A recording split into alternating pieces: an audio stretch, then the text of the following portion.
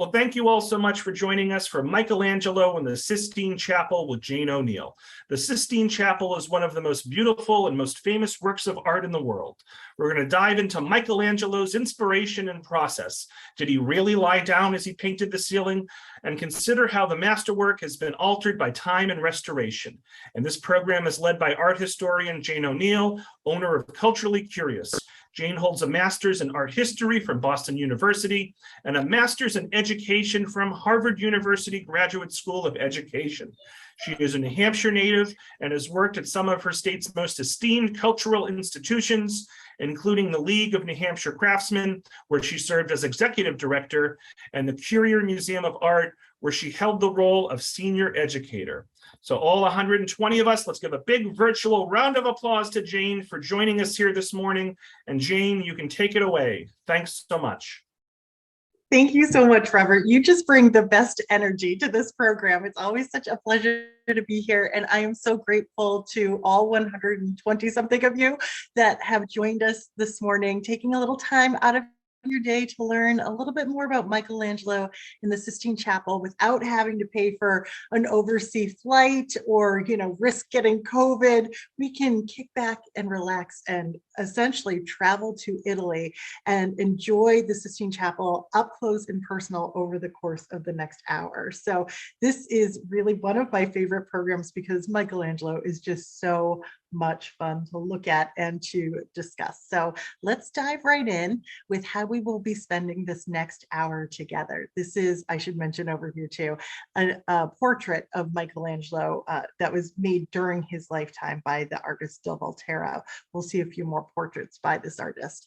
So we're going to start off with Michelangelo's reputation, just getting a sense in terms of where he was in his career and who he was in general when he received this commission. Then we'll talk about the assignment itself and the challenges that it presented, how Michelangelo managed to paint this entire ceiling over the course of 4 years, and then how he was asked to come back decades later to add a little bit more to this tiny chapel. And then we'll finish up with the restoration. So lots to cover here. Let's get started with Michelangelo's reputation. He's really a man who needs no introduction in so many ways, but I've got, some basic elements about the artist here. We think of him as the quintessential Renaissance man.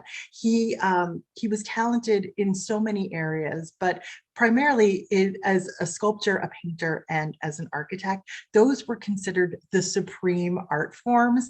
And so to be the best at those made him just, it made his reputation soar while he was alive. He certainly dabbled in other areas as well, including poetry. We'll get a sense of that today as well.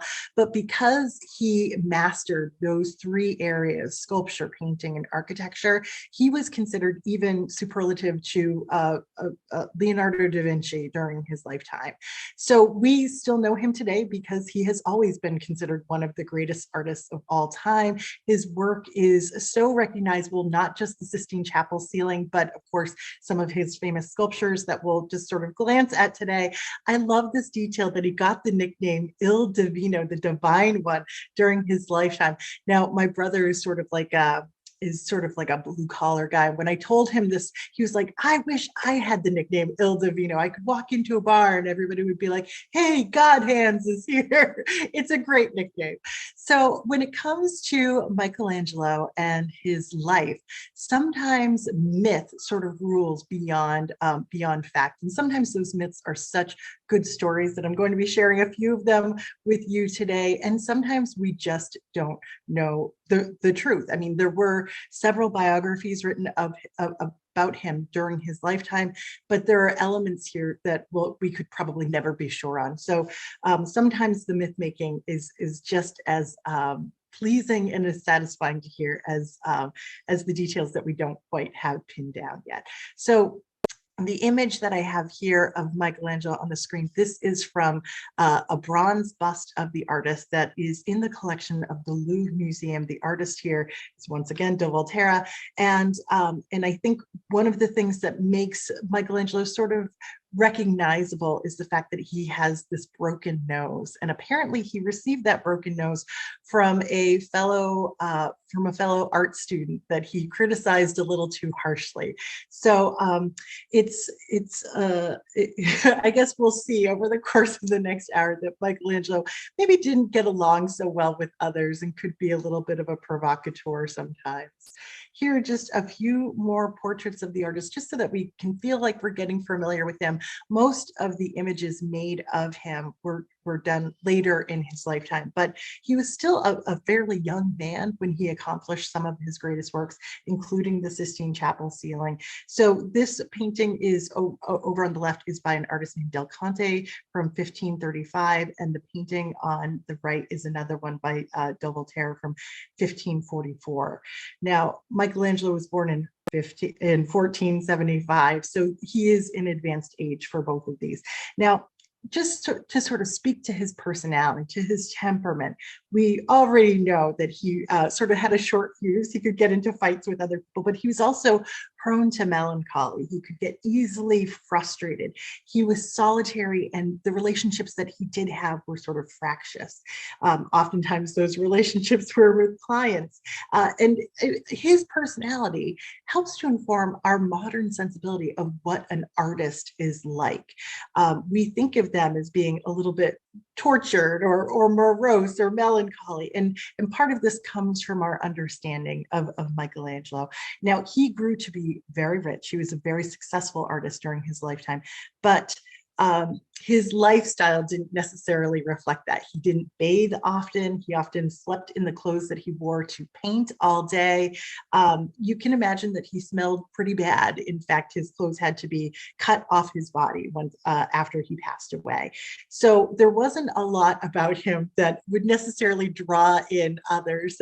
He didn't have the sort of personal allure that some of his fellow Renaissance artists had, like Raphael and Leonardo da Vinci, who, I mean, they could be social butterflies, but Michelangelo probably worked best by himself. Now, let's just set the stage for the Sistine Chapel and get sort of reacquainted, because I'm sure these are probably all images that you've seen before, reacquainted with some of Michelangelo's masterworks that he'd already created, some of them before the age of 25, before the age of 30, before he was called to Rome to the Sistine Chapel. Let's just get familiar with what Michelangelo was doing that had already put him in the spotlight. So I'm sure most of you have already seen this sculpture before. Probably a lot of you have seen it in person. It's at the Vatican in Rome. You walk into St. Peter's Basilica, and it's right there on your right. Now, Michelangelo was not yet 25 years old when he carved this incredible marble sculptural group out of a single block of stone. And really creating something like this made him a preeminent sculptor in all of Italy, in all of the world at this early age. He was said to have been so proud of it that he snuck back in to the Vatican and signed his name across the strap, across the Virgin Mary's chest here. And apparently he felt very guilty about that afterwards and didn't sign his works from that point forward. So let's talk a little bit about what makes this sculpture so particularly wonderful. He did not invent this figure grouping type. This is called a pietà. It's a traditional image of, or traditional sculpture really, of the dead Christ sitting across his mother's lap after he's been taken down off the cross.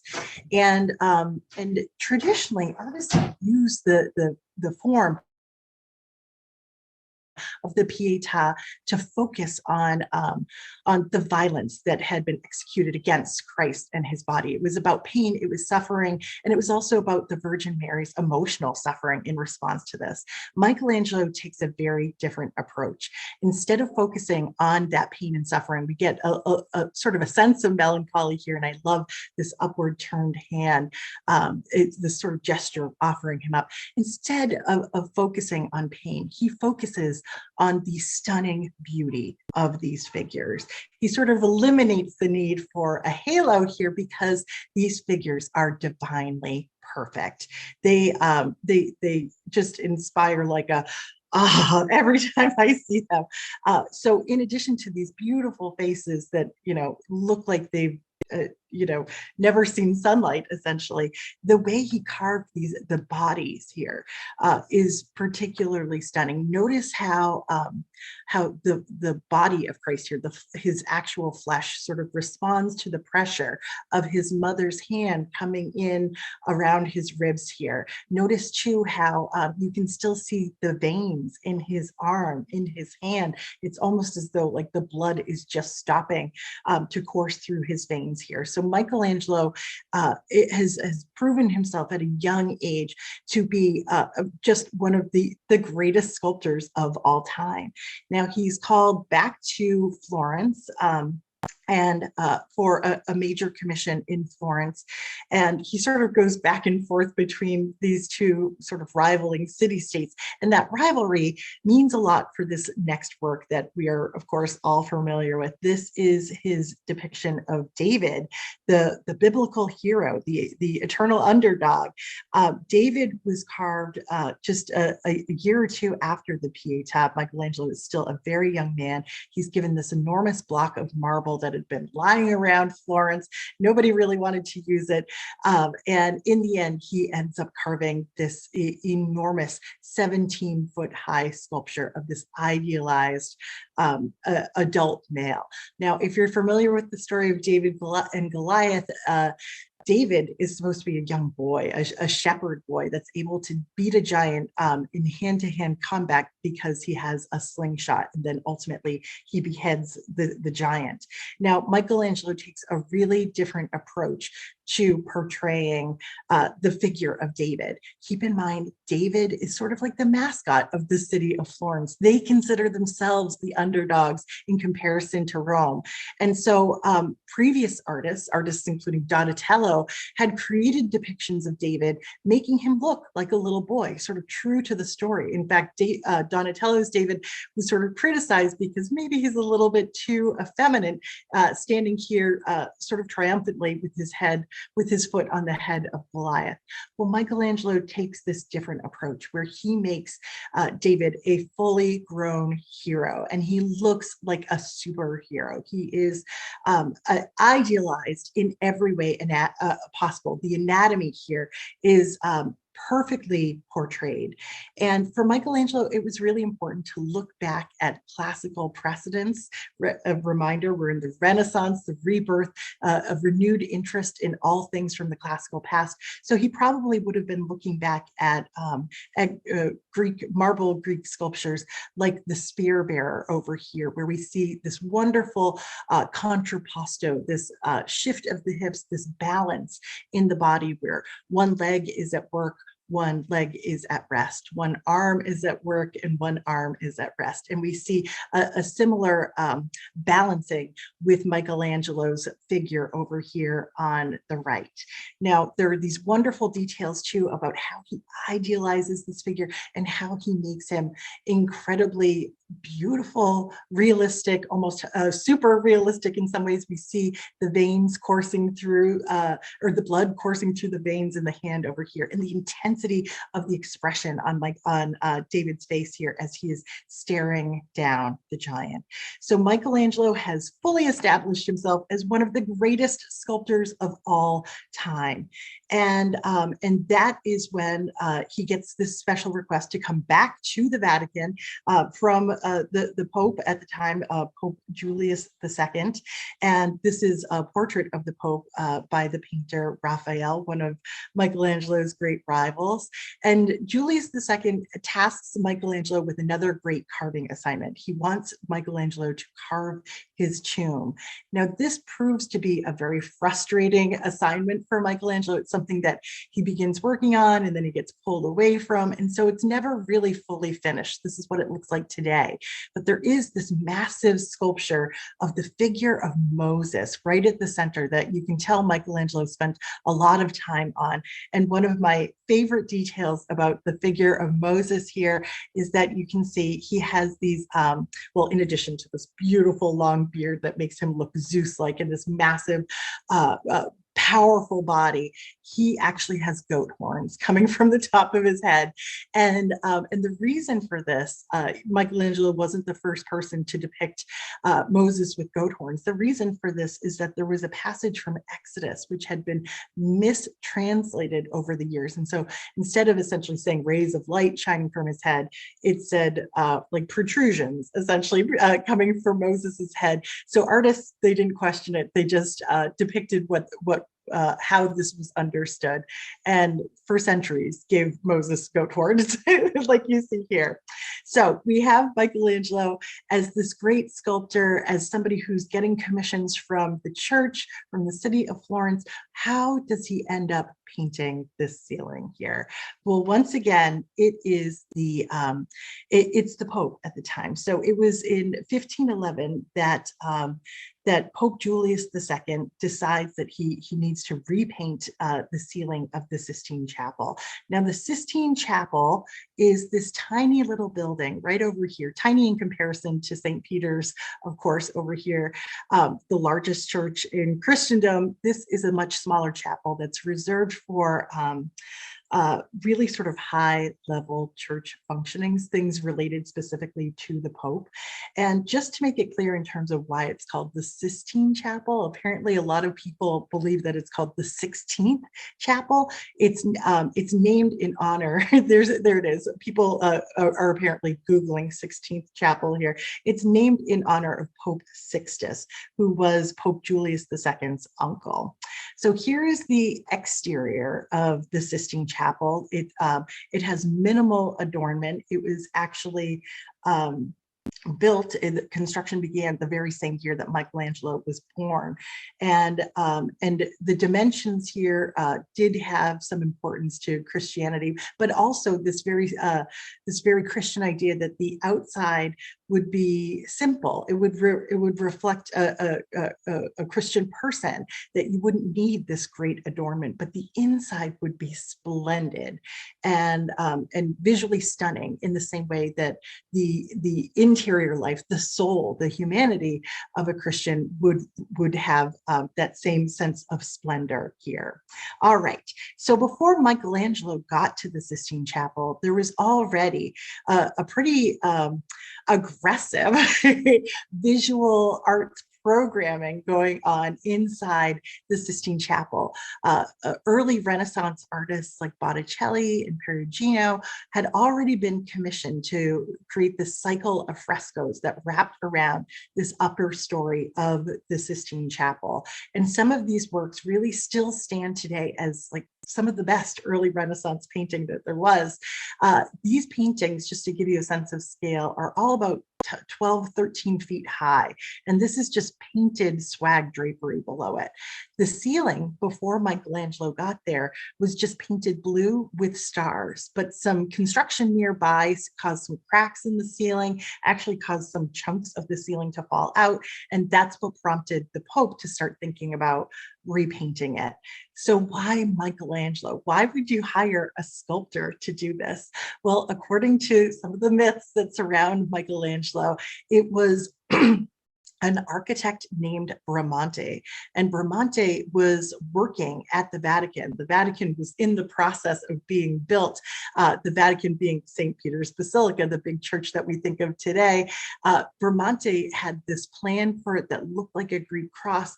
And apparently he felt a little bit threatened by Michelangelo and his kind of superhuman talents. So he thought, apparently, why don't I whisper in the Pope's ear to give Michelangelo this assignment of painting the ceiling and sort of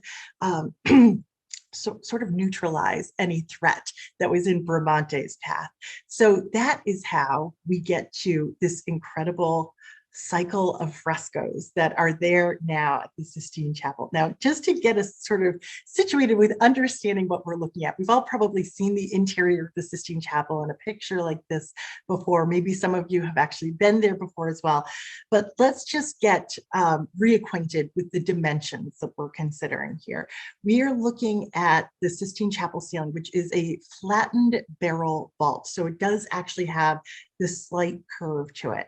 It's 68 feet off of the ground, which is a little bit deceptive in a picture like this because it looks like it's been divided up into stories here, but remember, these various stories are sort of larger than life.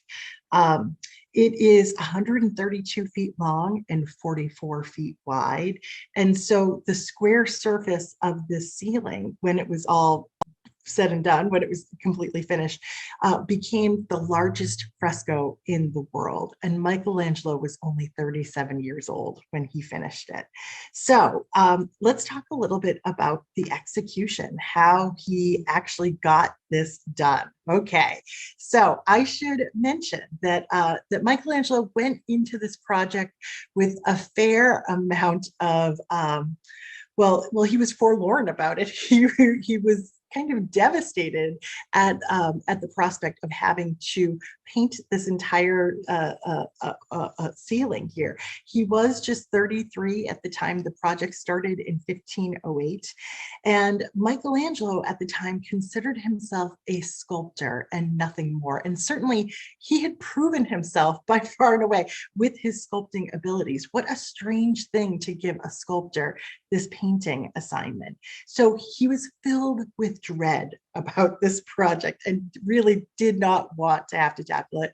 But when the Pope assigns it to you, you get right on it. Now, let's address one of the biggest myths about the Sistine Chapel, about the painting of the Sistine Chapel, a myth that has been propagated by Charleston Heston in the movie The Agony and the Ecstasy from 1965. We even see it replicated over here at the Disney ride, Planet Earth. This idea that Michelangelo painted the Sistine Chapel ceiling while lying down on his back.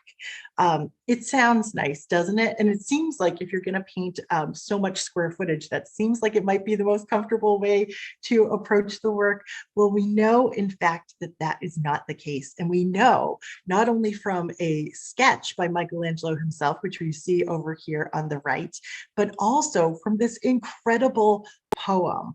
And I'm just going to read this for you very quickly, just to give you a sense in terms of where his head was at. He says, I've already grown a goiter from this torture, hunched up here like a cat in Lombardy or anywhere else where the stagnant waters poison. My stomach squashed under my chin, my beard's pointing at heaven, my brain's crushed in a casket, my breast twists like a harpy's. My brush above me all the time dribbles paint, so my face makes a fine floor for droppings.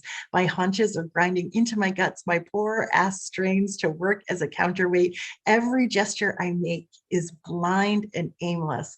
My skin hangs loose below me. My spine's all knotted from folding over itself. I'm bent taut as a Syrian bow because I'm stuck like this. My thoughts are crazy, perfidious tripe.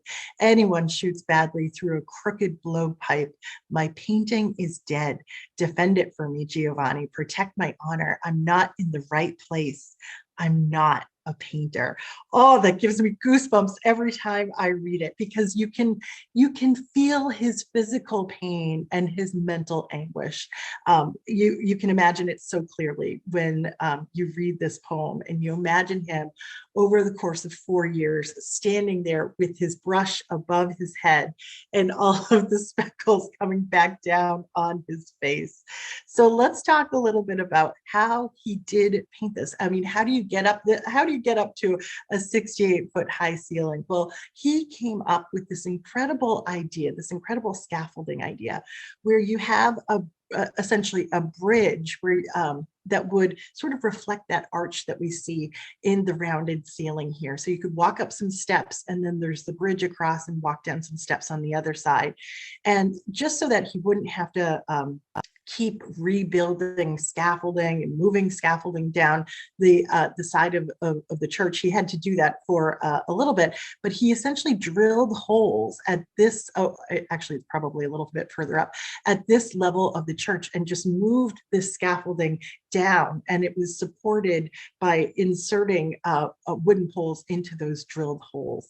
So he also had a huge tarp like a drop cloth underneath his work so that it wasn't spattering to the floor below him.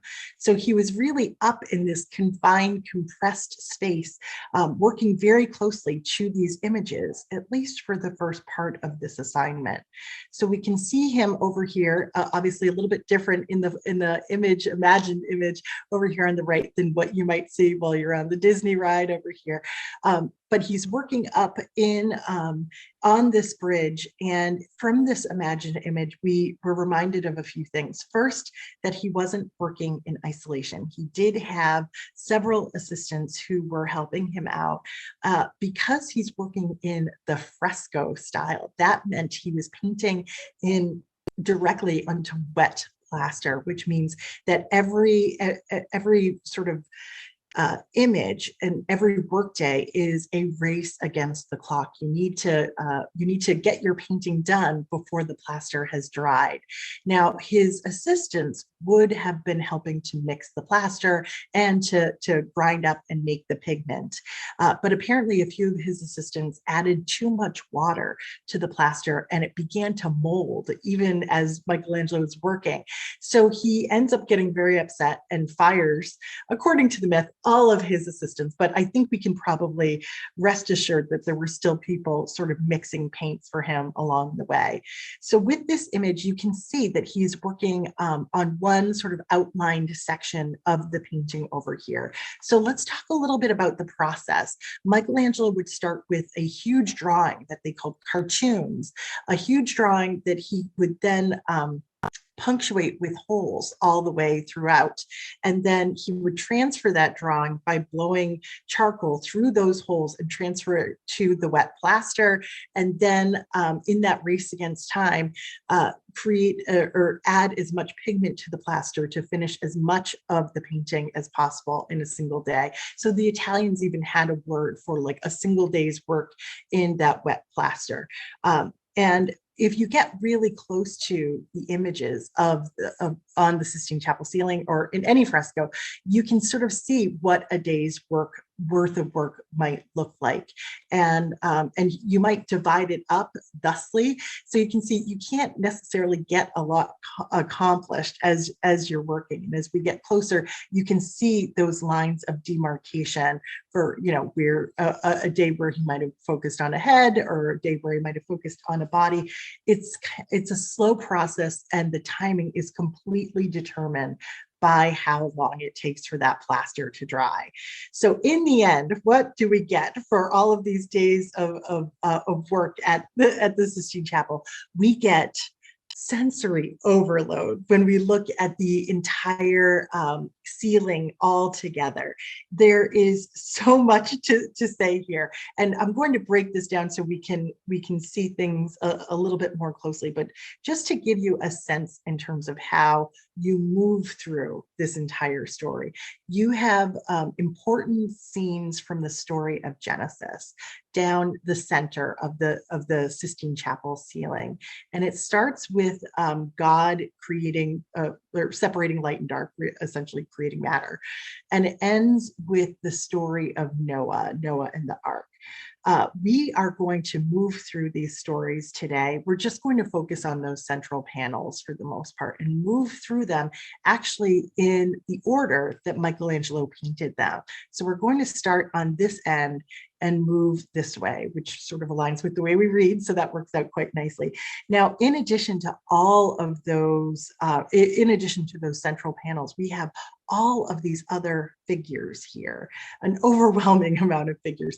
And of course, we do know who all of them are. All of them have been identified by art historians. I'm sure there's still some debate here and there, but we just simply don't have time to go through each one of the Sibyls and each one of the prophets, but just know that they're there. In these sections that are labeled family, these are supposed to be references back to Christ's family and his ancestors. A lot of this is about connecting the New Testament with the Old Testament. Now, one other really awe-inspiring element about the Sistine Chapel that I wanted to note before we move on into the stories that we're going to see. First is the fact that Michelangelo added unnecessarily all of these additional nude figures throughout this composition. So you can see these, he just uses some of these figures as like framing devices. Some of them look like they are a part of the architecture that he has completely invented here. Some of them look like they are bronze or gold sculptures. None of this was necessary. It adds to the visual splendor of the ceiling, and it certainly adds to the complexity. And I should add too that virtually none of these figures are in the same pose. There's so much creativity and so much inventiveness involved here. It should also be noted too that he's doing all of this and creating this architectural structure for all of these figures to be involved with, that has this kind of three-dimensionality to it, a real illusion to it, when in fact it is just a flat surface that has been painted. So the real architecture is these kind of pointed, these rounded arches over the door. The rest of it is painted, and the illusion that that it is a three-dimensional projecting piece of architecture is perfect. And once again, this is on a curved ceiling. So his mastery of painting here is really just so awe-inspiring. So like I said, we're going to start where Michelangelo started, and we'll finish where he finished. So we're going to get started with his paintings about Noah and the great flood and the drunkenness of Noah, which is this last section here. Now, when we think about Noah, oftentimes I think most people think about Noah and the flood and the ark, and you can see that that is sort of this featured panel over here. I blew it up here. Michelangelo actually told some of the story of Noah a little bit out of order, and so so we'll just sort of get oriented here. Let's take a look at his depiction of the flood. There are dozens of figures involved in this scene. I think when most of us think of Noah and the ark, we think of the animals, but Michelangelo is somebody who is so interested in anatomy and in the idealized human form, particularly the male form, that he uses the story of the flood to show the story of human suffering here. It's not about the rescue of animals. So we see dozens of figures, and when it comes to landscape, Michelangelo could really care less. He's not trying to create a realistic ground here. There's only sort of superficial trees. It's all about the bodies. And notice too, once again, these framing figures that he includes on this imagined architecture. All of this is unnecessary. It's just this visual splendor that he's created. Now, just to give you a sense in terms of what else is happening here, if we go just down below from this next panel, this is still a Noah scene. This is the first scene in the story where we see the sacrifice of a sheep. And this is like an image of secondary importance. It's smaller here, still a number of figures and a few animals contained in this scene. Notice too how Michelangelo has included like these almost like these bronze giant medals here to tell us a little bit more involved storytelling in this particular sequence. And then we end with this last picture, which is the drunkenness of Noah. We still have these medallions here that these framing figures are holding up for us to see. This is one panel in particular that has been really damaged over the years. I haven't been able to track down exactly what happened there. But in this case, we can see that Noah was farming. He was farming grapes, and he eventually gets drunk off of the grapes. And these are his children coming to cover him up when they find him drunk and nude. Sort of a surprising story to include at the end of the sequence from Genesis here.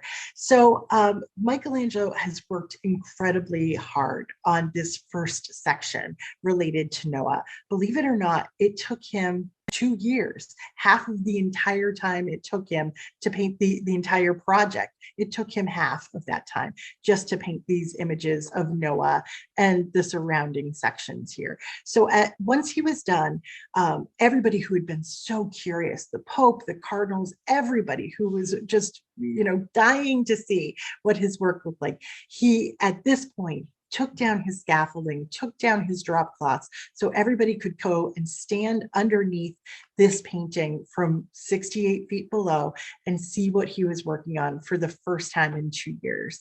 And when Michelangelo finally got the chance to see it from the floor, he was so frustrated. He was so disappointed. And you could see that that the figures he was making are a little small. They're a little bit hard to read from the floor. I mean, it's nearly impossible to decipher what's happening in some of these scenes because the figures are so tiny. Well, from this point on, Michelangelo sets up his scaffolding and he's working faster and he's creating much larger, even more powerful figures than he had before. And that's what brings us to that most famous scene from the Sistine Chapel ceiling, one of the most recognizable images in all of Western art. And that is the creation of man, the creation of Adam. So there are 3 panels right at the center that are about the creation of Adam and Eve and the Garden of Eden. So with this image, the most important image, we'll spend a little bit more time here. Michelangelo has done just some really incredible, beautiful, brilliant things with this composition here. And I think that's why it's a composition that stays with us in this really remarkable way.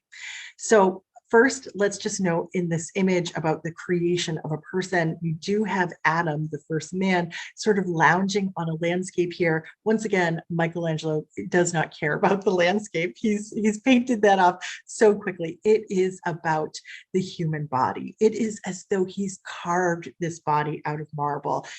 It's another version of the David that he made in Florence. It is a perfectly formed adult man. It's somebody of heroic proportions.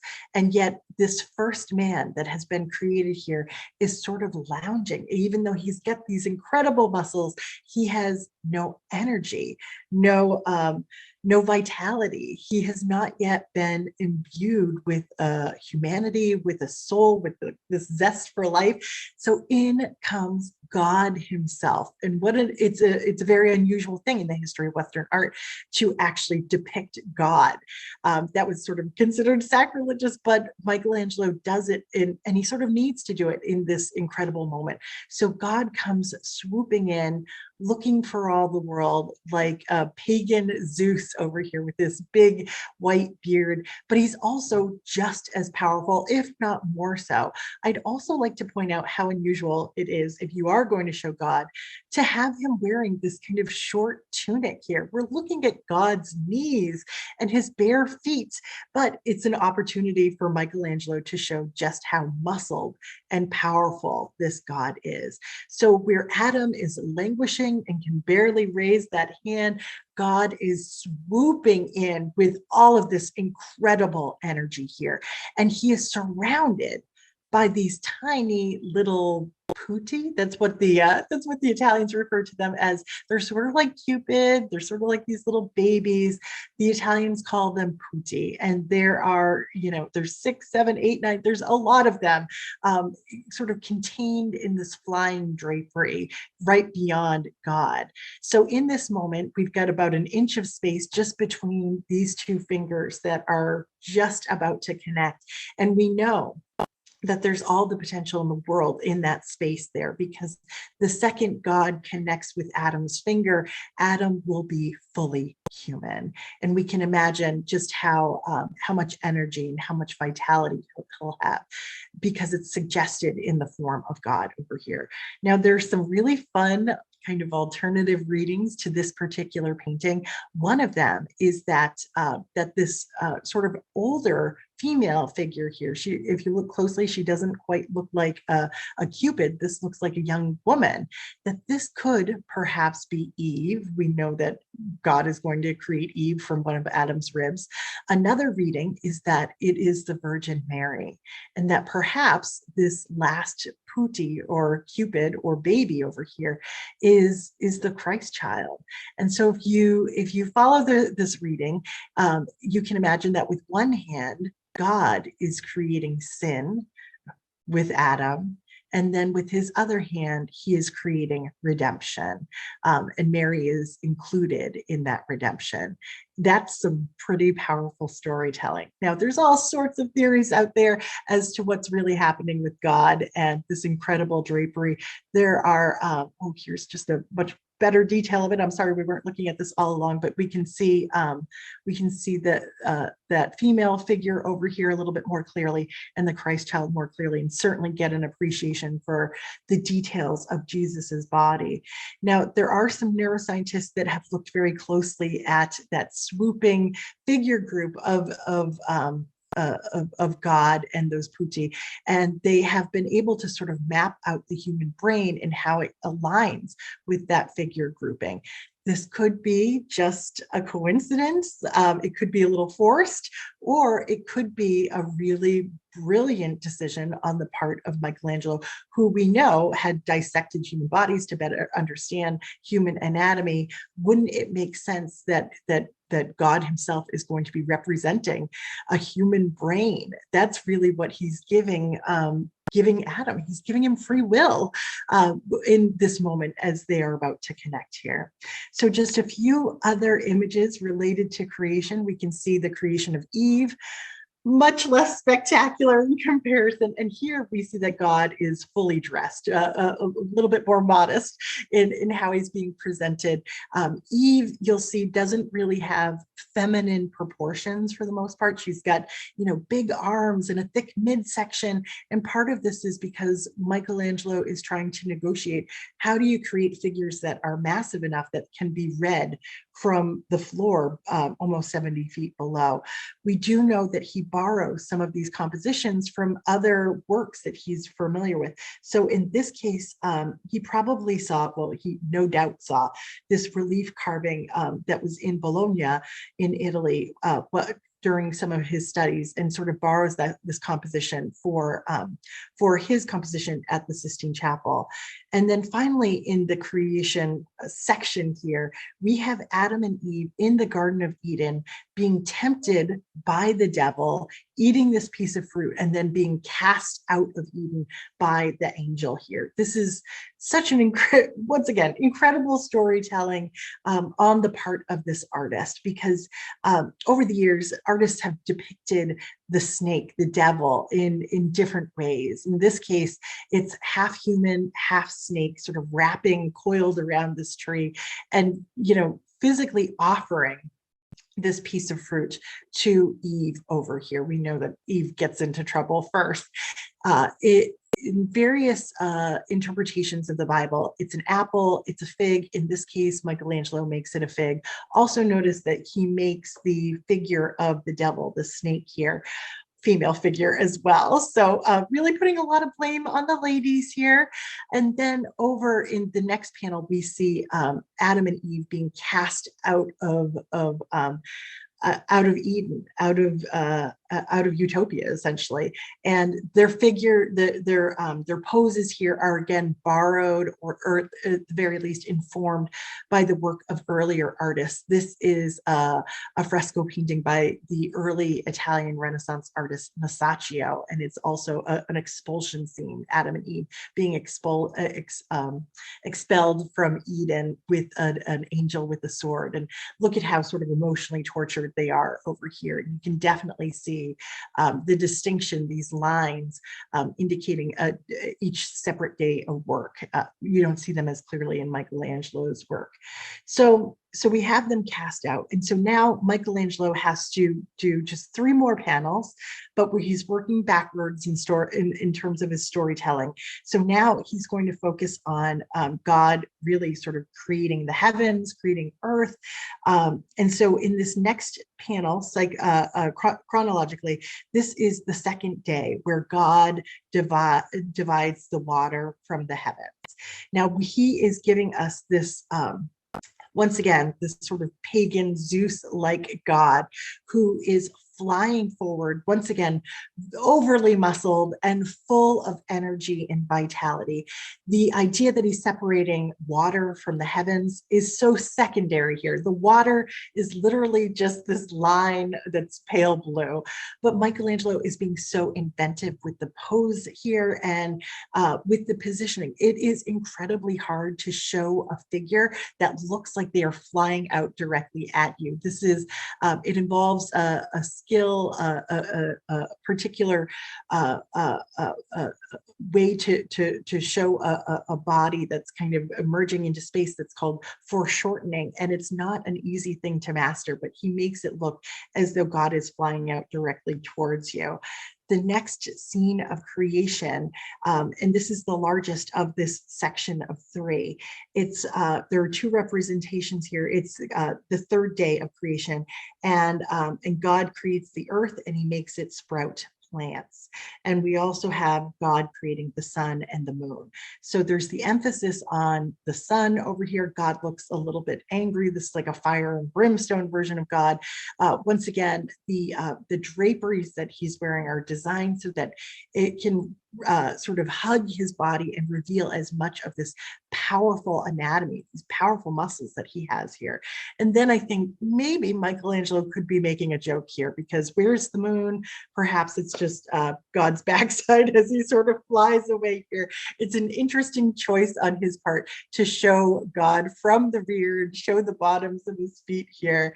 But this all leads to the very last panel that Michelangelo created in the center of the Sistine Chapel. At this point, he is working furiously fast, and this is the panel of God separating light and dark.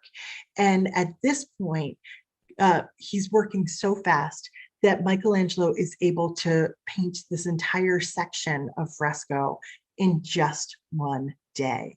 So it's this beautiful kind of story here where God is obviously making something so important, and Michelangelo is sort of mirroring that in many ways, because look at how he paints God separating light and dark. He does it as though, well, he puts God in the same position that he had while he was painting the Sistine Chapel ceiling. God is working with his hands over his head, just like Michelangelo was.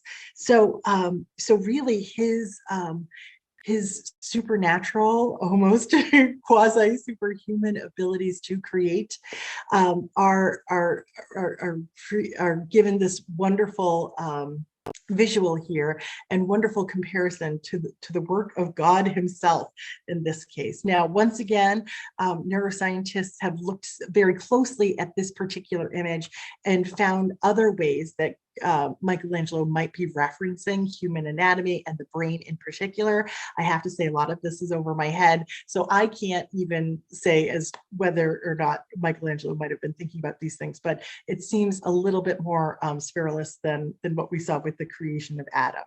So he's done this incredible amount of work. He's working so quickly. He's being so inventive. And beyond just that major section there, he's added the prophets and the sibyls along the way. And I wanted to just show you a few of them because they are these iconic figures in these now very famous poses here. So this is the Cumaean Sibyl, the Libyan Sibyl, and the Delphic Sibyl. These are all female figures, some of them famously ugly, all of them famously over-muscled. Always prompts a lot of questions about, did Michelangelo have access to female models? Why did he choose to create women who were just so powerful? But we know that he preferred muscular bodies. It was right in his wheelhouse. In fact, Michelangelo would oftentimes invent muscles on bodies that didn't even exist. Over here, we have some of the male prophets. We have Isaiah, over here, Ezekiel in the middle, and Jeremiah over on the right. Look at how incredibly huge Jeremiah is. Now, at this point, Michelangelo knows that these figures, their bodies have to tell their stories, and their bodies have to be huge in order to be legible from the bottom over here. The figure of Isaiah, incidentally, might look familiar to you because Norman Rockwell based his composition for Rosie the Riveter off of this figure from the Sistine Chapel ceiling.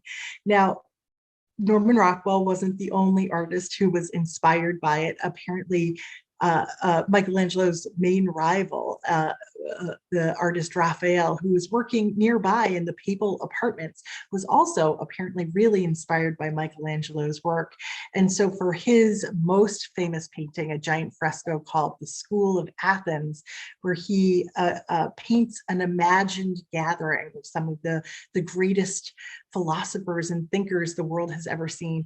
Apparently, Raphael, after seeing the Sistine Chapel, included this figure down here that looks an awful lot like Michelangelo, and noticed how forlorn and isolated he is, and that he is leaning on this block of marble. It does seem like a good way to pay homage to the artist that he so greatly respected. All right, so with the time that we have left, we're just going to fly through the edition. And more than 2 decades after Michelangelo was finished with this assignment that just sort of tortured him, he was called back to the Vatican to paint the East Wall and create an image of the Last Judgment. Now, this is an assignment that you can phone in. You're working for the Pope, you're in Rome, you've got to give them the best of the best. Michelangelo is 59 years old when he starts this assignment, and it takes him until he's 66. So he's working on this for actually longer than he worked on the ceiling. So this is the Day of Judgment as described in the Revelation of John. We see Jesus here at the center, flanked by Mary. He's in this heavenly realm surrounded by saints. And down below, you have the saved and the damned in this kind of earthly realm here. So I want to show you a few of these great details here. These are the saved being pulled up from their graves.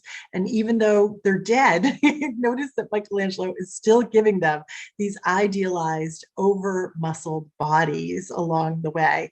You'll also see that a few of these figures have their genitalia covered, and that was not Michelangelo's decision. That was done shortly after this painting was finished. There was an Italian artist hired to paint these little modesty panels, and I think he's gone down in the history of Italian painting with just as being one of the most notorious artists of all time, because how do you feel like it's okay to correct a Michelangelo? I think they even have a nickname for that artist. It's something like the painter of bikini breeches or something like that in Italian. All right, so if we zoom back out for a moment, I just wanted to show you where we're headed next. We're going to take a look at some of the damned over here, some of the people that know that they are going to the bad place. So you can see that Michelangelo imagines this as like an epic wrestling match between the people who have died and the devils and the angels that are going to send them to hell. But look at these bodies, look at the muscles here. This is when he really starts imagining muscles that don't exist. The poses, once again, are incredibly inventive and incredibly challenging to portray. We don't often see figures in twisting poses like this because it's difficult to do this kind of foreshortening. This figure over here, I think, stands as one of the most iconic figures from The Last Judgment. He really looks as though he is thinking about what exactly has sealed his fate in this way. He looks like he's filled with regret, to say the least. We can see several demons that are pulling him down. Now, it's another reason why it's such an iconic image is because we can see that there's this snake, this beast that is coming around inside him and biting his thigh. And it's believed that that composition, that element here was inspired by a sculpture from classical antiquity called the Laocoon. And this is actually in the collection of the Vatican. Michelangelo was apparently standing right there when the pieces of this sculpture were excavated in Rome at the time. And so it might have been the inspiration for this particular element of the Last Judgment. Just a few more details of the devils pulling these people down to hell. I always think that artists have more fun with the devils than with the saints. You can really have fun imagining just how grotesque and how ugly they are. Notice over here, there's a figure with donkey ears and another snake coiled around his body, actually chomping on his private parts here. That figure, who is being kind of tormented by so many of these ghoulish devils, was actually inspired by a cardinal, a leading member of the church who had been particularly critical of Michelangelo's work. This is why you don't cross artists, because they can seal your legacy with a pair of ass ears just like this. So if we zoom back out just for 1 second, there's where that cardinal was painted. And it's right by the door. It's really hard to miss that one. We're going to go back up to the realm of the saved, the saints in this case. So there's Jesus once again, looking like a superhero with this idealized, imagined really anatomy here. He is surrounded by saints who are described or suggested through their attributes, the little things that they're holding on to. So St. John, for instance, is oftentimes depicted wearing animal skins. You can see he's just barely wearing an animal skin in this case. St. Peter, he's given the keys to the church. He's got the keys in his hand. Down here is St. Bartholomew, and he is a saint that was flayed alive. His skin was cut off of his body. And St. Bartholomew is actually holding his skin in addition to holding the knife of the instrument of his martyrdom. And there are a number of art historians that believe that that is Michelangelo's self-portrait in that flayed skin. So one last element here that maybe you've been noticing along the way is these black boxes that exist throughout the painting. And so just very quickly, I'm just going to touch on the restoration, because those black boxes are little windows that were left untouched in this restoration. The restoration was without a doubt the largest and probably most expensive restoration of the 20th century. It lasted from the end of the 1970s to the early 1990s. It was led by a team of Italian art restorers according to the principles laid out by the Vatican. And obviously, it took a painting that was very dark, that had been very discolored over the years, primarily from the use of wax candles in the Sistine Chapel. But it took this painting that seemed to sort of perfectly match what we knew of Michelangelo's personality, and it transformed it into, well, Technicolor. And people couldn't really believe that that was how Michelangelo painted. So this created a bit of a controversy when the restored painting was first revealed. So there again are those windows, but here you can see sort of a before and after with the conservation. In some areas, it really lightened up the picture, revealed these brilliant colors that Michelangelo was using. But in some cases, I mean, it eliminated elements like the color of this female figure's eyes. They're gone now, and you don't really get the same depth of shading as you see in the before image. We do have views of some of those iconic panels sort of before and after, and it's a dramatic transformation. The storytelling is so much more clear after the restoration here. Here's a great look at the creation of man in the middle of that restoration too. I mean, now you can really appreciate that Michelangelo painted Adam's body to make it look like so much like a marble sculpture in some ways, and then perfectly partially restored God separating light and dark. So these days, so many people are still visiting the Sistine Chapel, and I think they get about 25,000 visitors a day. So that's almost like cramming all of Fenway Park into this room. And you can imagine that just all those people being there impacts the ability to preserve this painting over the years. So let's just wind down with the fact that Michelangelo continued to work for the Pope, continued to work at the Vatican. Bramante, that architect who had been planning the construction of St. Peter's Basilica of the Vatican, Michelangelo ended up having to take over as the architect of the Vatican. And you can see that he took Bramante's plan, and what else would he do? He made it more muscular. He takes all of these slender little columns, all of these little dots in the plan, and he makes them all these beefy piers. In the end, his plan was added on to. So of course we get the St. Peter's Basilica that we all know today, that is a Latin cross-shaped church as opposed to a Greek cross over here. So there it is. And we'll end with a look at this last figure group one of the last figure groups that Michelangelo carved. We started with his Pietà today. We're going to end with another depiction of the dead Christ here. This is called a deposition scene. So Christ has just been taken down off the cross and he is lifeless.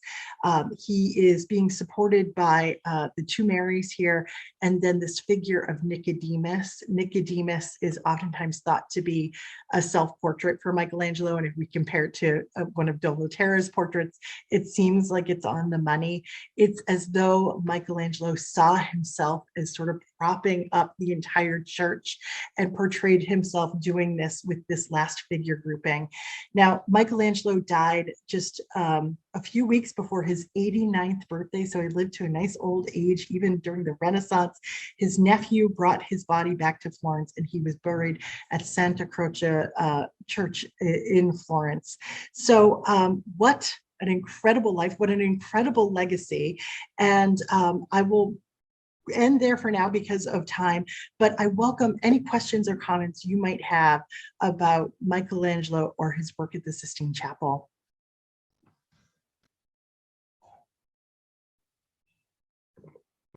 I'll start looking at the chat. Thank you for the very kind words that I'm seeing here. All right. Nancy asked, why do you think he made Adam naked and God clothed?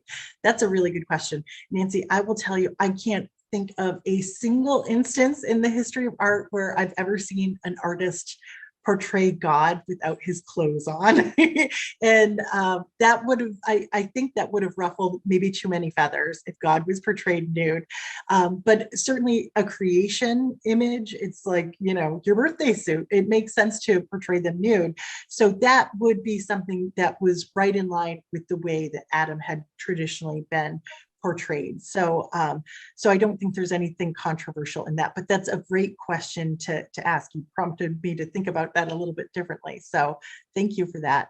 Just keep going through. Thank you everybody for these very kind questions or very kind comments. And Suresh, your kind words here. I've been to Rome and seen it in person, but this adds color to the visit. You know, when I saw it in person, it was beautiful, but I didn't quite know what I was looking at. And you don't really, you know, you can't even imagine what it was like for Michelangelo to get up on scaffolding and execute this picture. So I had a similar experience to you. Wendy asked, did he have to run his plans by the Pope for approval before the painting? How was his work not considered sacrilegious? Good question. So he had a very tumultuous relationship with the Pope. At one point, the Pope actually was hitting him because the Pope was so eager to see what he was painting. That was particularly during the first half of that 4-year-long stint that he had there. Now, I believe he ran his ideas by the Pope for approval, just, you know, the layout of what he was planning. But I don't think that the Pope saw the day-to-day work or the cartoons that he was applying to the wall. So The second part of your question, which is so good, how is this not considered sacrilegious? I'm sure some people thought it was, like that cardinal who Michelangelo gave the ass ears to. I'm sure there was a little bit of controversy that went along with this, but it was also so incredibly beautiful, mind-boggling in terms of its scale. And I think, he was sort of saved by the fact that you can't for certain make out everything that's happening from the floor. So I think that might have saved him a little bit along the way, but those are very good questions, Wendy.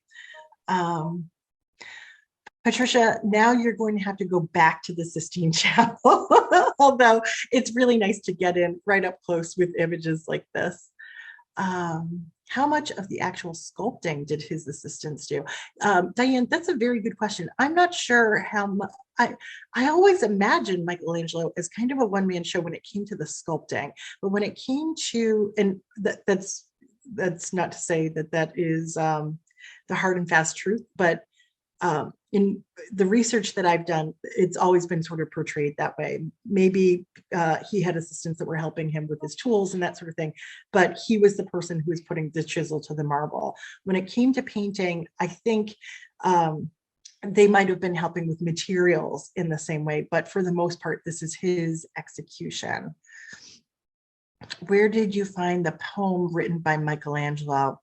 I can't remember offhand, but it might even be on the Wikipedia page for the Sistine Chapel. If not, I think if you just Google Michelangelo poem Sistine Chapel, you'd probably find it. The first time I saw the Pietà, I cried. Oh, Kathy, you're not alone in that one. That is such a moving sculpture. It's really just incredible. Such nice comments. Thank you so much, everybody. If you're feeling the need for a little bit more Italian Renaissance, I'm actually doing a program tonight on Botticelli at 6:30. So if you feel so inclined to listen to me for another hour, you can go to iamculturallycurious.com, and on the calendar page, there is a link to register for that program at 6:30. Let's see.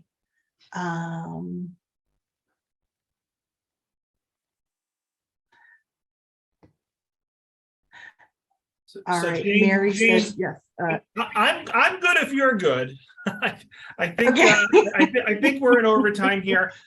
There are even more questions in the Q&A, but I think we will pretty much wrap it here. We're going to see Jane in a few weeks. I'll look for more information about that in the email you're sent tomorrow. The email will also have the feedback survey link and a link to this morning's recording. So make sure to check your email tomorrow morning. But I want to give Jane another big virtual round of applause for her presentation with us.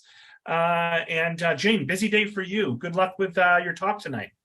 Thank you. Thank you so much, everybody, for joining us. I really appreciate it. Have a great day. Thanks so much, Jane. Have a great day. We'll see you in a few weeks. Take care. Bye-bye.